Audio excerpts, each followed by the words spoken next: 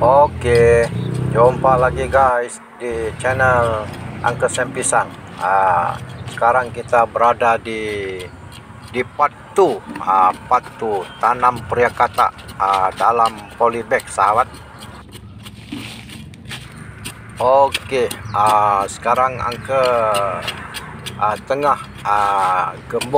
gemburkan tanah dalam polybag nih guys. Bagi dia gembur sikit supaya mudah akar dia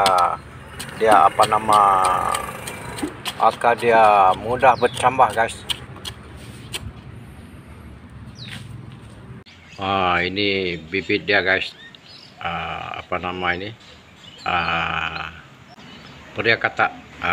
Priakata yang ini buah dia besar sikit lah guys.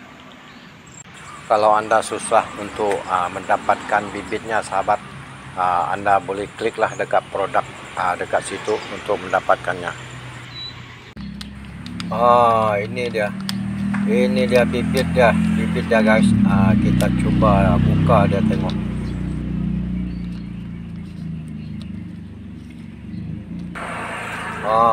Ini dia guys. Sedikit saja ada di dalam. Ada 5 biji saja guys. 5 biji saja. Oke, kita tanam dia guys. Kita tanam dia. Tadi Uncle ingat ada banyak. Jadi Uncle nak letak satu polybag ni dua biji. Jadi sekarang tak jadilah guys. Kita letak sebiji sajalah dalam setiap polybag ni. Cara terbaik menanam adalah Anda pastikan dekat bibit tu dia ada satu muncung yang tajam. Anda cucuk muncung tu ke bawah. Yang itu lebih lah guys. Ini dia guys. Uncle letakkan dia di tempat tinggi supaya tidak dipijak oleh si oyen guys.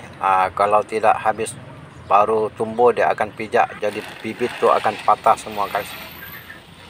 Oke, kita siram dia lebih kurang saja, sahabat, karena priakata ini dia sejenis tumbuhan liar lah, boleh kira sejenis tumbuhan liar.